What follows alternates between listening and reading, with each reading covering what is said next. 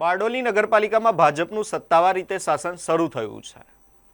સ્થાનિક સ્વરાજ્યની ચૂંટણીમાં ભવ્ય જીત બાદ જ્યારે આજે પ્રથમ બેઠક યોજાઈ છે, ત્યારે ભારતીય જનતા પાર્ટી દ્વારા મોકલવામાં આવેલા મેન્ડેટના આધારે પ્રમુખ પદ પર નીલમબેન વ્યાસ અને ઉપપ્રમુખ પદે મિનેશ પટેલને સર્વાનુમતે વરણી કરવામાં આવી છે। આ બેઠકમાં ભારતીય જનતા પાર્ટી દ્વારા મોકલાયેલા મેન્ડેટના આધારે વિવિધ હોદ્દેદારોની પસંદગી કરવામાં આવી હતી। પ્રથમ 2.5 વર્ષની ટર્મ માટે પ્રમુખ પદ મહિલા માટે અનામત હોવાથી મહિલા આગેવાન નીલમબેન વ્યાસની પ્રમુખ તરીકે સર્વાનુમતે વરણી કરવામાં આવી છે। તેઓ આગામી 2.5 વર્ષ સુધી બારડોલી નગરપાલિકાનું નેતૃત્વ સંભાળશે, જ્યારે ઉપપ્રમુખ તરીકે મિનેશ પટેલની સર્વાનુમતે પસંદગી કરવામાં આવી હતી।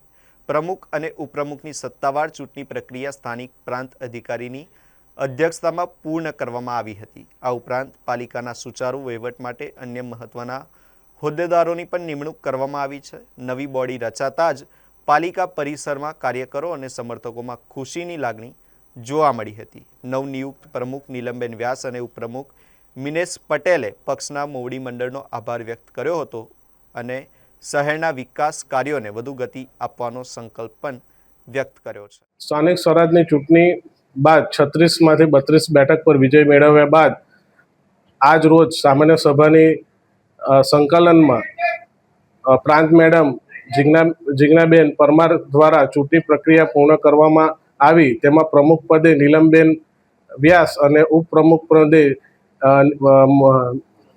મિનેશભાઈ પટેલની વરણી કરવામાં આવી છે। તેમને હું સંગઠન પ્રમુખ તરીકે અને સંગઠનના સૌ હોદ્દેદાર તરીકે અભિનંદન પાઠવું છું।